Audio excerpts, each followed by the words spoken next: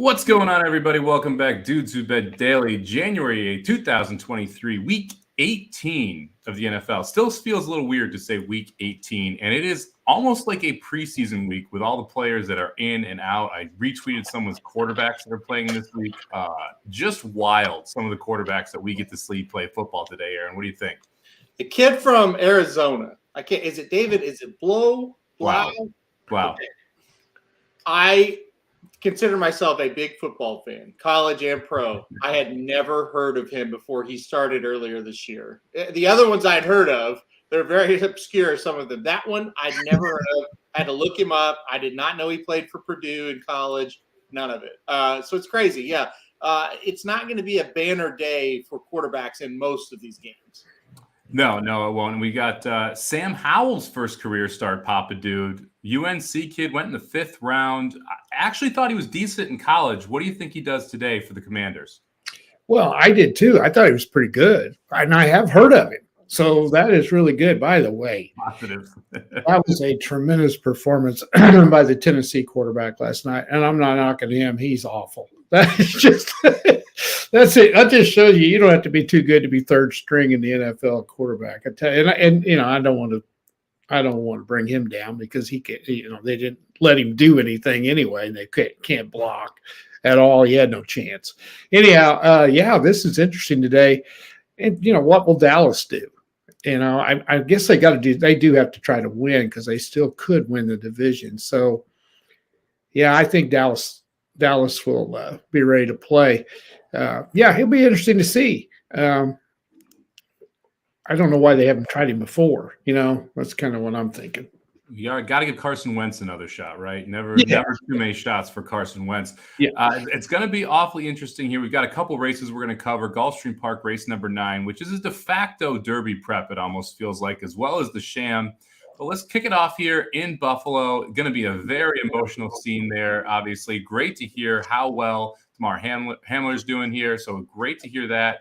Buffalo is going to be in a spot here where are they going to be wildly pumped up and come out with a ton of emotion and play well? Or is it almost going to be too big for them early? I think that's the main question in this football game. Papa Dude, when you've seen something like this, do you think the emotion is a positive or a negative for the Bills here?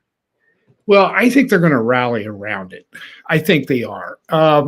Having coached before and been in nothing this extreme, but, there's been things that happen. You're worried about the team's focus. You got to get them focused because this is a major distraction. And, you're playing a pretty good team, pretty well coached team. They're not real good, but they're well coached, and they're going to be ready to play because they got to, win in their end situation. So that's the thing. You got to get your team focused on an opponent that's going to be ready to play. I think they rally around it. I just think they're better. And when you're better, you got to go with them. So I like the Bills today. I don't know whether that may be too many. I don't know. But I like them today. I think they'll rally around. I like Sean McDermott. I think he's a heck of a coach.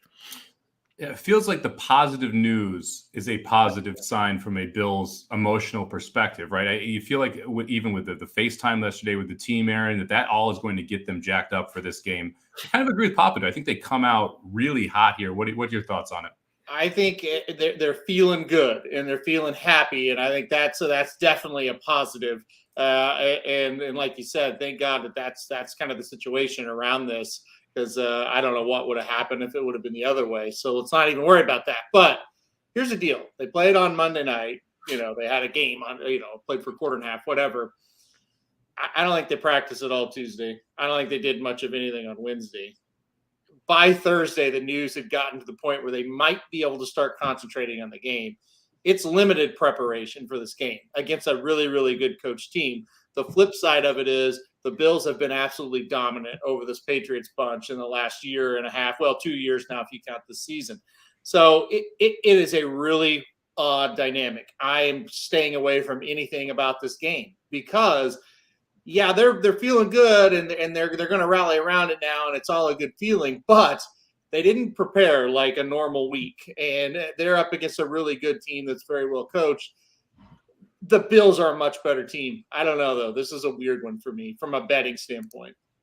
Yeah, I am going to include this in my teaser. We'll get to it at the end of the show here. Papa Dude, I think it's a positive that this is the Patriots for the Bills, that they've dominated them the last 2 years, and that they don't need the prep time that they necessarily would if this was an out of division opponent, let's say. So I think that's a positive for the Bills. The 8 gets me a little nervous here. I'm not sure if they end up covering more than a touchdown. I do think they come out pretty high. Are you more interested in the Bills minus 4.5 first half? More interested in the 8 for the total game? Or are you looking at the Patriots in this one? I think the 4.5 first half's the way to go. I do, because I'm like you. I think they come out firing. The fact that they have played them already and they are a division opponent does help them. But Aaron's also right. It's not a normal week for them. And at this level and in college, it's all routine, man. You are on a routine. You do this, you do this, you do this. And now they've all been upset. They are a mature team. And again, they're well coached and they're better than the Patriots. And so they've got a lot of things going for them. I think they win today if they can control their emotions. These are grown men. They are grown men. So we're not dealing with high school kids. We're not dealing with college kids. They are grown men. This is their job. I think they'll focus and be all right. Yeah, and Tony A here mentioning the Ravens starting Brown today, third-string quarterback there. Cincinnati now an 11-point favorite. If Cincinnati wins, this game's even more important for Buffalo to hold down that 2 seed, get a home game against Cincinnati, and also force that possible AFC title rematch with the Chiefs to be at a neutral stadium versus being in Kansas City. So a lot to play for here for the Bills, even though with everything that's happened this last week. All right, now if the Patriots lose, that means the Dolphins are winning you're in for the 7 seed in the AFC. And, this is the quarterback matchup we've all been waiting for. We've got Joe Flacco versus Skylar Thompson here for a possible playoff spot on the line. This one's moved all the way out to 3.5. And I got to say, I'm shocked. We actually saw Skylar Thompson face the Jets when Zach Wilson was the Jets quarterback, and the Jets won 40-17. I'm leaning pretty heavily here to take the points with the Jets. What do you think, Aaron? I'm going to take the points with the Jets. I do agree with that comment. I think it's going to be a field goal game one way or the other. The big deal for me is, though, what motivation do the Jets have in this game, and how bad have they really tanked the last few weeks? I think Miami finds the ugliest way possible to win the game. Like, if they win the game 17-16, I'm not going to be shocked at all. But I would not want to lay 3.5 points with the Dolphins, because listen, for all the Tua hate that's out there, when he's not in this lineup, they are brutal. And they've got to find a way not to turn the ball over today, and I think they're going to win. But that's easier said than done in the NFL. Long story short, I'm going around and around. Jets plus 3.5, Dolphins to win the game. Papa, dude, not a great spot for the Jets. I mean, Aaron mentioned Dream Crusher game here. They got knocked out of the playoffs last week in Seattle. Now they have to fly across the country back to New York and then fly down to Miami for a pseudo vacation here in week 18. Do you think that affects the Jets' play here? Do you lean one way or the other? Oh, I do. The Dolphins have everything to play for. Jets, nothing. I think we're going to see a game similar to what we saw last night. Yeah. I think it'll be very similar. I'm with you guys. I don't think I can take the 3.5. I think they're going to win it, but I think it's going to be close. Now, Skylar Thompson was playing OU. This would be unbelievable, because every time he played Oklahoma, he looked like Joe Montana. So anyway, but he's not. But I just don't think do you think they care to spoil somebody's dreams? I don't think so. I really don't. My only thing would be Robert Saleh is a pretty good motivator coach, right? Where he can get a team up to play. He's one of those rah-rah guys, defensive-minded coach. And if this Jets defense can cause trouble for Skylar Thompson, turn him over a couple times, Flacco probably, I can't believe I'm going to say this, is your best option at quarterback for New York right now. Ooh.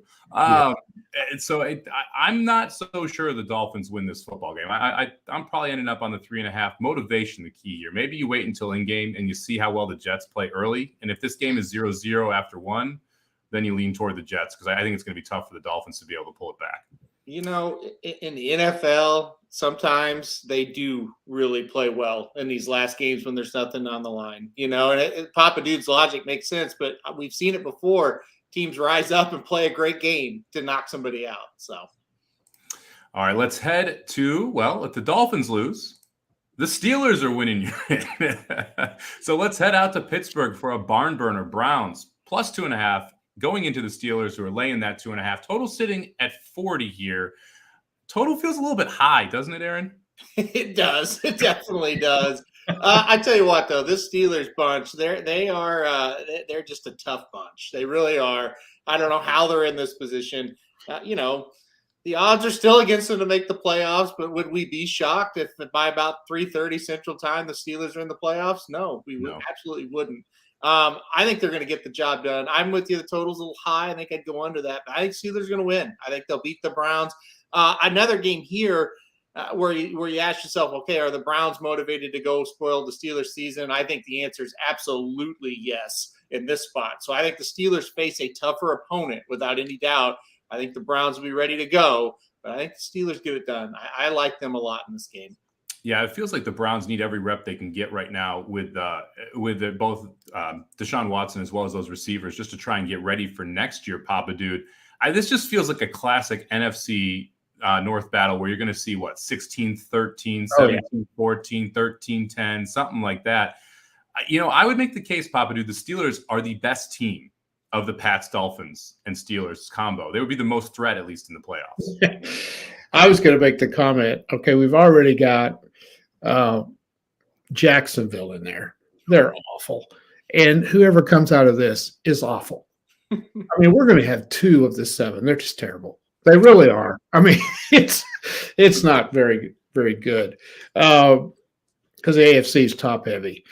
You get to 3 really good teams, and then the Chargers they're just as good as the others. You just don't know what they're going to do. Yeah. And the Ravens are the Ravens. They're still hard to beat. But anyway, back to what you're saying. I kind of agree. I think they're playing better than the other teams right now, the Steelers. But the Browns are going to – it's like Aaron said, they hate the Steelers. They hate the Steelers. This is a big game. They will be motivated. They're playing pretty well. Can they run the ball? That's the key. Will they be able to run the ball? That's what they like to do. The Steelers are just – and I'm not a Steelers fan, but, man, they're classy. They're just classy. And I'm with Aaron. I'm going Steelers. I think they figure out a way to win it. All right, let's head to probably the worst game of the day, but one of the most interesting in my mind. We're going to talk a little Texans-Colts. The Colts laying 3 at home, total sitting at 38. Houston needs to lose to hold on to the number 1 pick. The Colts kind of need to lose too, because they're currently sitting in the 5th draft pick. And if they win, they could go as high as 8 or 9 and needing a quarterback here.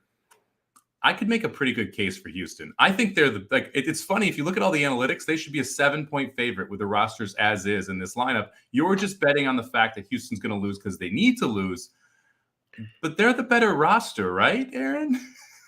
Well, not only are they the better roster, they're the better, they've played better the last 3 or 4 weeks, even 5-6 weeks, if you want to go back that far. Let's look at this. Houston nearly beat the Cowboys. They nearly beat the Chiefs. They have not packed it in. They have been playing their ass off in these games. We got the Colts who packed it in. They are done. They had 1 good game for Saturday, and then that was it. They quit on the guy. We talked about this on our show, Papa Dude. We didn't know what to do with this because, like Somich just laid out, the Texans, they have to lose. But the Colts are so bad that the Texans may have to fall down on every play to lose. So I would just completely stay away. I have no idea what will happen. On top of that, this has got to be Lovie Smith's last game as a Texans coach. So it's not like the ownership of Houston can go into his office and be like, you better lose. Yeah. Because that's not going to go so well when he comes out and says they made me throw the last game. We've already seen some of the ramifications of that. So very odds position there. Papa Dude, I got to talk about this. Circuit Survivor, 7.2 million in the pool. 3 people are left. All 3 had Jacksonville available. Only one of them selected Jacksonville last night. They got the win. One of the 3 picked the Colts today. Someone's got a minimum of 2.4 million riding on the Colts today, Papa Dude. What are your thoughts on that? I would have taken Jacksonville. I mean, like your face, Darren. You can't. How can you bank on the Colts? I mean, I just don't think you can. I'm with you guys. I don't know how you pick this game. I don't have any idea. I think the Texans are better, but $2 million on the Colts.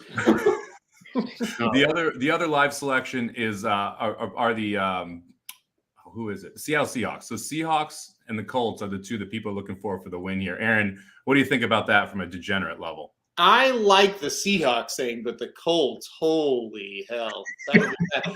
Although, the Rams are one of those teams, they're going to be motivated today. For whatever reason, they keep playing hard. And so that could be weird too. But yeah, I wouldn't have slept very well last night if I had $2 million right on the Colts today. That's for damn sure. On VSiN this week, I gave out Texans plus 1.5 in the first half. I think that's the way to play this game. Play the Texans first half. They may absolutely pack it in the second half, but I think that they're the better team, and so I'll take them plus the points in the first half there. All right, head over to Washington, where we talked about the debut of Sam Howell. The Cowboys laying 7 here, and I talked about how it feels like preseason. The first half line, Cowboys minus 6.5. The full game line, Cowboys minus 7. Because if the Eagles are just crushing the Giants, which let's be honest, they should, Webb starting there for the Giants, maybe the Cowboys pack it in after the first half, Papa Dude. What do you think here? Well, I guess they could. This is just beneath me as a coach. I just cannot throw. We're going to throw the second half. Okay, guys, we're not going to win the division. Piss on it. So we're going to lose this one too. I can't fathom that. I just can't. But this is pro football, and it's totally different. Oh man, I don't think I'd bet the Cowboys minus 7, no matter what happens. To be honest. That's just kind of the way they are. They should blow them off the field, don't you think? I would think they would. I don't know. Do you think if you're a coach, can you do that? I mean, if you're 14-7 and you're playing your ass off and you hate the Washington team, okay, guys, we're bringing in the subs. We don't care. I mean, that's the key. It's like Dak Prescott. Does he sit the second half? And it's interesting to me that the Vegas even put up player props for this. You can bet Dak Prescott over under passing yards in a game where he could likely not play the second half if you want to take the under there. I think that makes a ton of sense from just a betting perspective. Aaron, what do you think here? First half, full game. Do you lean Washington plus the 7 because of the setup for the second half? Or are you kind of sticking with Dallas or just passing completely? I kind of think Dallas it will kind of come out strong enough to where even if they kind of shut it down a little bit, they're still going to be able to get the job done. I like Dallas in this game. Washington is just a team. They look like they want the season to be over, and so I think that's the big key there. The opponent is a big key for me. If it's a scrappy bunch, then maybe, you lean a different way. Maybe you think they could come back. But I think Dallas jumps on them early and is able to hold them off. All right, let's jump over to the best football game of the day, which is also the worst scheduled football game in history. The Division II finals here, North Dakota State facing South Dakota State in Texas. South Dakota State laying 5. They played early this year. South Dakota State won by 2 at North Dakota State, 23-21. Total sitting at 49. First off, the hell are you thinking playing this game at 2 p.m. on the final NFL Sunday? This could be a monster game here. If I don't know, you put it tomorrow night when there's no Monday Night Football game, just throwing it out there. Aaron, any lean in here? I like North Dakota State. I'm going to take North Dakota State plus the points. I think it's going to be a tight game.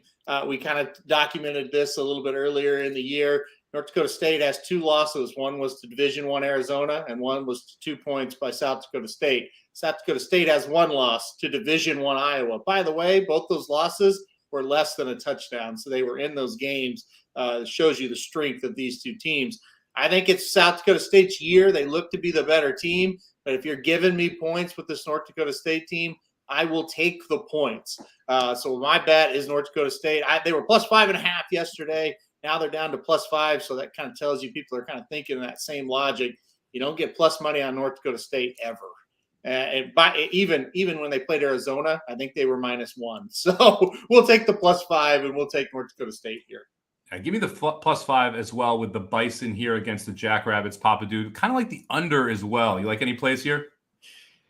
I love North Dakota State when you get points. You bet against them. You're taking your own risk. I mean, you got to look at the odds here. You got to look at what they do. They know how to win. There's one thing about them.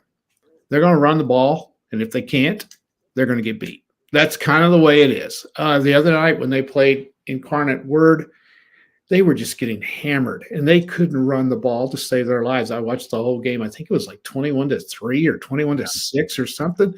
And I'm sitting there going, they're not going to win this game. And all of a sudden, they started running the ball, and they found something, and they went to it. And from then on, they ran the football. They can't throw it very well. I think the difference, and I've watched North Dakota State quite a bit over the years, I don't think they're quite as good at quarterback as they have been. I think the kid's a great runner, and he's tough as a boot, but he doesn't throw it very well. That could be the difference in this game. I think they're going to have to make some plays in the passing game to win. This is must-see TV for me. I told Sandy a while ago, we're watching this game no matter what, and I can't wait. I'm agreeing with you, Mike. This is the dumbest thing the NCAA has ever done. Why in the world would you do? You could have played it yesterday leading in to the NFL games. Yes. Play it at noon. Yeah. NFL didn't start till 3. Yeah. There was nothing else on unless you wanted to watch college basketball. And it's just nuts to put it on up against the NFL when nobody will even know this game's on if you're not like us and you cover this stuff. So I don't get it. I don't know. Yeah, total whiff there. The schedule was out as well. They knew there was no Saturday noon game. They knew there was going to be no Monday night game. Both time slots available. I guess you don't want to go up against this game on Monday night, which is why you're not playing it. Right. The national championship game, TCU catching 12.5 from Georgia. Total sitting at 63. Aaron, does Georgia go back-to-back? Yeah, I hate to be like, I don't know, squashing the dreams of TCU, but I just don't think they're going to be able to match up physically. And I think that's what it's going to come down to. I got a ton of respect for TCU. I think offensively they're going to be able to make some plays, but I just have a tough time thinking that in the trenches, TCU is going to be able to hold off Georgia, whether it be, blocking them up front or stopping them at all on with their running game that they've got. I just don't think they'll be able to match up. So I'm going to go Georgia here. I hope it's a good game because the semifinal games were great. I'm a little bit worried this one's not going to be, but hopefully it is. But either way, I'm going to take Georgia, and I think they cover. I don't really want to touch the spread. 12.5 seems a little bit too perfect in my mind. I feel like this is probably going to be a double-digit game, but I'm not sure if it's going to be 17 or 10. I kind of like the over 63 because I think Georgia's offense rolls, and I think TCU is forced to try and put points on the board to match them. And if that is the case, I think you end up pretty easily over the 63, Papa Dude. What are your thoughts here on the national title game? I think that's a pretty good play. I'm with you guys. I just the point spread, I really think TCU will stay with them for a while. And I think Georgia pulls away late. I think that's kind of what happens. Here's the thing. TCU offensively is as good as anybody. Their skill players are underrated, and they are very, very good. Their receivers are nails. Their running back's good, and Dugan is tough as a boot. So when you got that going for you, you got a chance. But their defense has not been very good. They just have. Too tough as a boot references cashes for like 1,000 to 1 here on Dude Who Bet Daily. Did not see that one coming. I don't think Georgia can. I just don't think TCU can stop Georgia. I don't think they can. And because if you've looked at TCU all year, their defense is suspect. They've given up a lot of points, and I just think Georgia's going to smash them. I do think they stay with them, though, for a while. Yeah, TCU, one of the top teams in the nation in 20-plus yard plays. They're going to need quite a few of those to keep up if they're going to keep up with Georgia in that game. All right, race of the day. The de facto Kentucky Derby prep, Gulfstream Park, race number 9. You got a couple horses in here who are probably headed to stakes races with a win here, Aaron. Who do you like on top? Yeah, I'm really nervous about this race because I have liked Rudder's Men ever since this horse debuted. I thought, man, that's a nice-looking horse. However, this is a really, really good race, and I really liked Mr. Ripple on debut as well for Safi Joseph. I put Rudder's Men on top. I'm a little bit more excited about him. I got Mr. Ripple in second. But you laid it out, Somich. It's one of these races where we could see an upset, and we're not going to be that shocked. The other Todd Pletcher, Litigate, looked really good on debut. Call me crazy, but Dale Roman's horse, Cyclone Mischief, I don't think that horse is bad. He's got a little bit of stakes experience, which I think might help in a field where we're trying to get that second win, and it's a lot of just maiden runners. So it's really interesting. I'm going Runners Men on top. I got to go with who I thought was the best horse on debut, and I think it's him. But not going to be surprised if we see 3 or 4 different ones win this one. Yeah, I put Runners Man on top as well. I thought he was the most impressive from a debut perspective. And let's just be honest, when it's Pletcher versus Safi, you're going to lean toward Pletcher and St. Elias in that spot and assume that that's going to be a little bit more talented of a horse. One you didn't mention to me that I think is really interesting, the 8 Talk of the Nation, second out for Shug. This horse I thought was awesome on debut, especially considering the replay. If you watch it, the Bayer's not as impressive as the other horses in here. Bumped at the break, didn't really stride out well, and then all of a sudden just explodes, opens up, and wins easily. Should be better stretching out here as well. 8-1 on the board. What do you think of Talk of the Nation? Yeah, I had the look of a Shug, right? A Shug debuter that's going to be pretty darn good, and you're right, and just absolutely galloped away from him. I think with Shug's horse in the 8 and with Safi's horse the 5, Mr. Ripple, you can kind of say, well, who did they beat? What was that field like? Where the 6 Runners Men, you have a feeling that field was pretty decent. Those 2 races were a little bit sketchy, but listen, you said it. And anytime you've got a horse that can show that kind of turn of foot, no matter who they're up against, it's impressive. And Shug is not a great first out trainer. They usually run better second out. So I'm with you. And that's kind of what I'm getting at. It's scratched down to a field of 6 guys. All 6 of them are good. And you were not going to be shocked. And like I said, they're going to go to stakes races next. We might see 2 of them or 3 of them go to stakes races next. Yeah, if this thing's close, you're going to see 2 or 3 there. Papa, did you look at Gulfstream Race 9 at all? Yes, here it is. Mark it down. 6, 5, 8. I wouldn't be shocked. I wouldn't be shocked if it's very close and it's 6, 5, 8 either, because this should be a heck of a race. All right, let's jump to the West Coast real quick. Do a quick rapid fire here of the Bob Baffert Grade 3 Stakes. Oh, I mean the Sham. Sorry about that. We got 4 Bafferts. Probably going to see a Baffert try here in my mind, Aaron. If you've watched me at all talking horse races, you know I like National Treasure on top. I think he's the best of these Bafferts that we're going to see here. Aaron, you agree with me on National Treasure? I do. I went National Treasure on top. I think it's a tricky little race for 6 horses. Anytime you got 4 Bafferts, you don't know who's the speed, who's the rabbit, who's the blocker, this or that. I just went with the horse I think's best, and I'm with you. I think National Treasure, very talented. I think he's got a shot to get better as he gets older. So I did go with him on top here. Kind of feels like you could see a National Treasure Speedboat Beach Colt Exacta to me. That would be kind of my play in that race if you're going to do anything. Papa Dude, what do you think about the Sham? I agree. I think there's tons of speed in this. I think National Treasure just stays off the pace and sucks them under at the end. And I like Speedboat Beach as second. There we go.